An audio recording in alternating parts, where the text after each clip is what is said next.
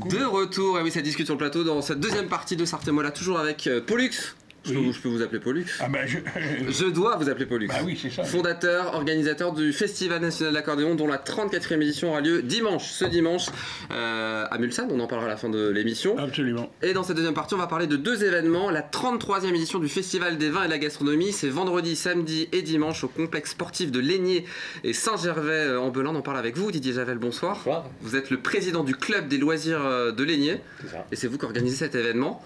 Tout à fait. Entre 13 000 et 14 000 personnes attendues ce week-end. Oui, c'est ça. Comme depuis quelques années, c'est à peu près le ratio. Hein, ça fait du monde. Donc, et puis ça demande de la préparation actuellement, bien évidemment. Oui, donc on y est depuis lundi, depuis hier. Eh oui. Evelyne Vander, pardon. Bonsoir. Bonsoir. Vous êtes directrice de l'écomusée du Perche. Chantal Trévidic, bonsoir. Bonsoir. Vous êtes animatrice à l'écomusée du Perche et coordinatrice de ce festival. 14e édition du festival Tout Feu, Tout Flamme. Ça a démarré le 10 février dernier. Ça aura lieu jusqu'au 11 mars prochain. Et c'est initié par cet écomusée du Perche et qui a lieu donc, sur 4 départements différents qui s'étend chaque année. C'est ça. Tout à fait, oui. Le pari, c'était effectivement d'essayer de proposer une animation dans un temps qui pose quelques problèmes climatiques, mais pourquoi pas, il faut tenter notre chance. Hein. Les Alpes ont bien fait la même chose avec les stations. Et donc, en fait, c'était une proposition sur l'ancienne province du Perche, qui est répartie effectivement sur 4 départements, 3 régions aujourd'hui. Voilà. Bon, on reviendra en détail évidemment sur ce festival et on commence par l'événement de la semaine.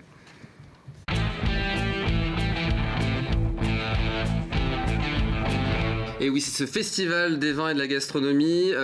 Donc oui, en pleine préparation, je le disais, évidemment, avec le club de loisirs de Lénier en Belin. Il y a 1600 mètres carrés d'exposition, c'est ça? Tout à fait. On a le gymnase, le complexe sportif, plus 800 mètres carrés de barres d'hommes qui sont montés. Donc tout est installé. Il y avait les cloisons aujourd'hui qui étaient mis en place, je crois. Aujourd'hui, c'était les cloisons, voilà. Donc vous avez aidé, vous aussi, vous avez prêté main forte. Oui, je mets la main à la pâte, pas de souci. Sur le pont, évidemment, dès le mardi. Donc festival qui aura lieu vendredi, samedi et dimanche, avec donc des exposants, des producteurs fermiers d'un côté, donc notamment locaux.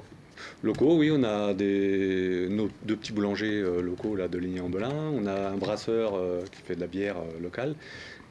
J'ai vu d'ailleurs aujourd'hui dans la presse qu'il avait eu une médaille de bronze au concours général de Paris, là, donc félicitations à lui, on l'attend avec impatience. Bon, il sera là vendredi, samedi et dimanche. Voilà, oui. Et puis après, bon, c'est des producteurs régionaux d'autres régions. Voilà. Et puis il y a aussi les vignerons, évidemment. Les vignerons, voilà. On a 65 vignerons de toute la France. Hein, donc ça part des vins de Bordeaux, des vins du Languedoc, du Roussillon, on remonte la vallée du Rhône, le Beaujolais, l'Alsace, les Bourgognes, les Champagnes et toute la vallée de la Loire. Pollux, est-ce que vous vous y connaissez en cépages? En cépage non, mais en vin, j'en goûte pas mal. Bon, on va faire un petit jeu, allons-y, le petit jeu. Station ou comment ça se... Bon alors, le petit... Ah, ça arrive, on m'a dit.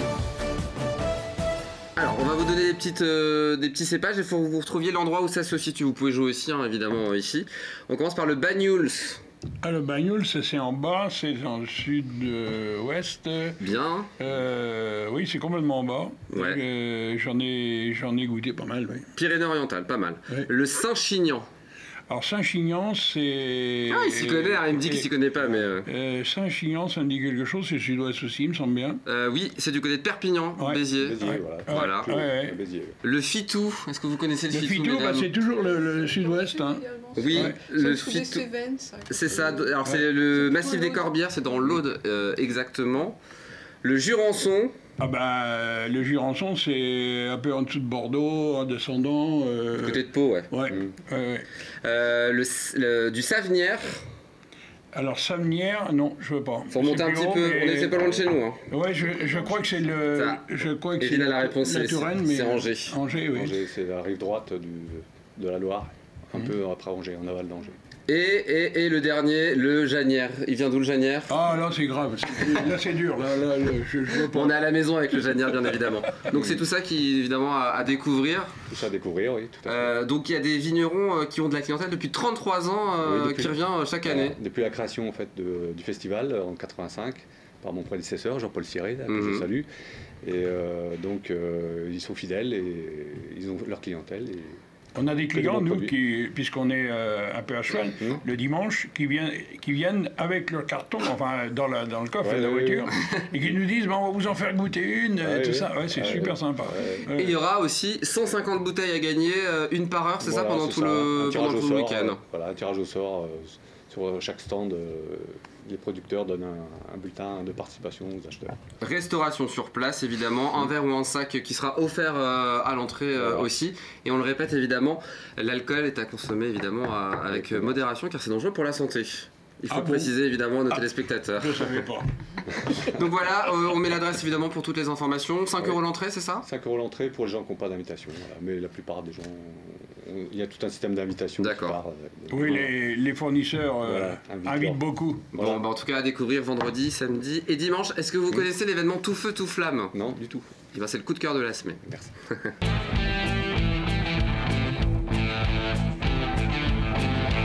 Evelyne, pour commencer, l'Écho du Perche, donc une structure culturelle qui fait la promotion du Perche tout simplement? Effectivement, un écomusée, c'est un lieu culturel, patrimonial. Et effectivement, comme on a une mission de s'intéresser à l'ensemble de l'ancienne province du Perche, c'est pour ça qu'on a proposé ce festival, un petit peu atypique, puisque c'est un peu en hiver, comme vous, mais on se réchauffe autour d'un feu et non pas d'une bouteille. Voilà. Le message, c'est inviter les percherons à se rapprocher de la flamme en plein hiver. Tout à fait, ça parce fait rêver. que pour nous, en tant qu'écomusée, on s'intéresse à l'homme et son milieu. Et le bois, effectivement, c'est un élément de chauffage qu'on connaît depuis fort longtemps, depuis qu'on sait faire du feu, en tout cas.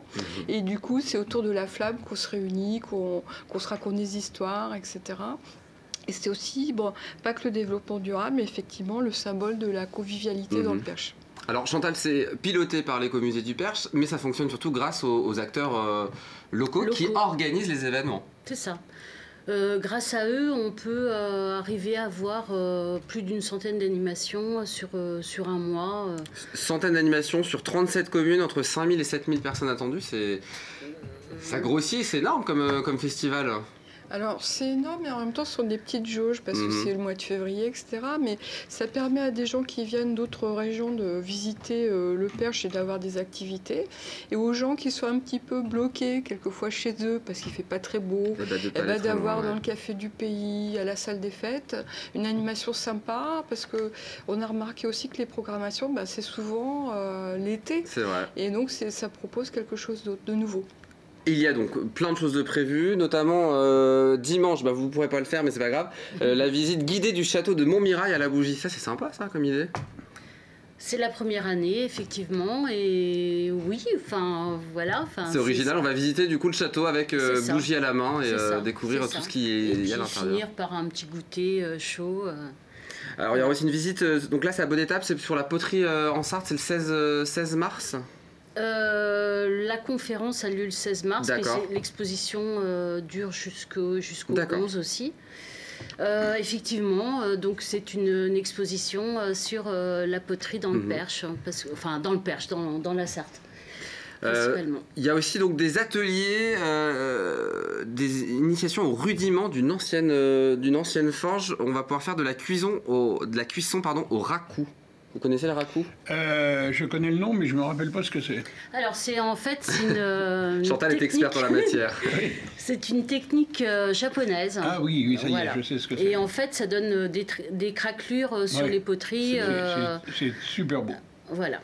Alors, ça sera à Boissy-les-Perches, ça sera samedi et dimanche. Et vous faites des veillées aussi?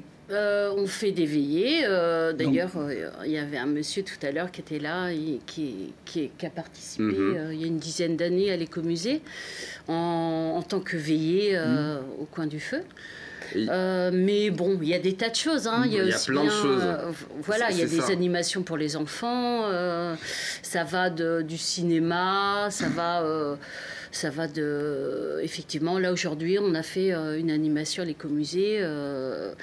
Ce sont les vacances en fait. C'est ça, c'est la diversité d'activités que vous proposez. Il y aura même un cluedo géant au château de Bessé-sur-Bray.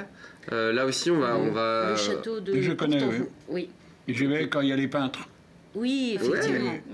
Donc là, on va faire vivre une énigme policière aux gens qui souhaitent, au sein de de cet espace. Oui, alors on vous le conseille vivement parce qu'effectivement, déjà c'est magnifique ce château, c'est un coin formidable, paysage formidable et vraiment l'énigme est toujours passionnante. Voilà, il y a un accueil très sympa aussi. Donc à découvrir vendredi et samedi à 20h. Il y aura aussi un cabaret poétique au coin du feu. C'est le côté romantique du festival. Oui, c'est dans le village de Madame Vander. Donc, super, donc c'est à Tuffet. Alors tout à fait, oui, c'est Hélène Grandcir qui propose un petit récital de musique, elle va chanter Léo Ferré, mais ça coïncide aussi avec le Printemps des Poètes. Donc l'association des Amis de l'Abbaye a décidé de lier les deux. Et il y aura un très beau feu, je crois, dans la salle Louis XIV de l'ancienne abbaye de Tuffet. Bon bah à découvrir évidemment. Évidemment. À Tuffet, mais j'ai envie de dire évidemment pour tout parce que tout est à faire dans ces 100 animations, proposées. Sans oublier l'écomusée du Perche. Évidemment, l'écomusée du Perche avec 2 expositions. C'est ça, une exposition d'une Anne Tassin qui est à la fois peintre et céramiste, donc qui expose des graines assez géantes, hein, on va dire ça. Et des encres magnifiques aussi. Voilà, et puis il y a aussi un antiquaire qui s'appelle Alban Christin, qui est antiquaire au manoir de l'Or Marin à Nocé, qui expose des portes-flammes, des portes-éclats, exactement.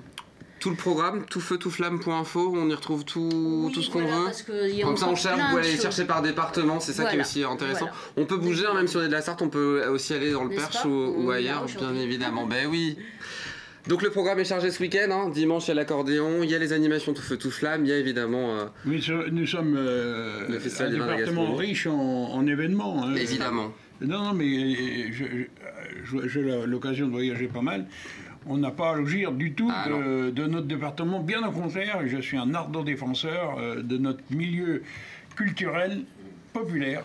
Exactement.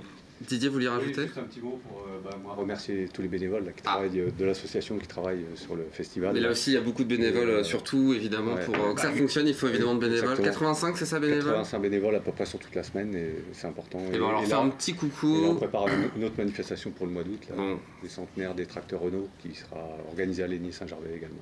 Eh ben parfait, tout est dit, bonne préparation bien évidemment, beaux événements dans le cadre de Tout Feu Tout Flamme. On est partenaire de ces événements, donc évidemment on est fiers de l'être, de ces belles programmations. Pollux, on ne bouge pas, on va faire un petit tour en régie avant de passer à la troisième partie, puisqu'on va voir le travail de Manon qui avance. Et oui, regardez ce portrait de Pollux qu'on va découvrir dans quelques instants, et Manon sera sur le plateau dans cette troisième partie évidemment pour nous parler de sa passion de portraitiste. Mais tout ça, c'est juste après la pub. La réclame. La réclame, allons-y. C'est parti.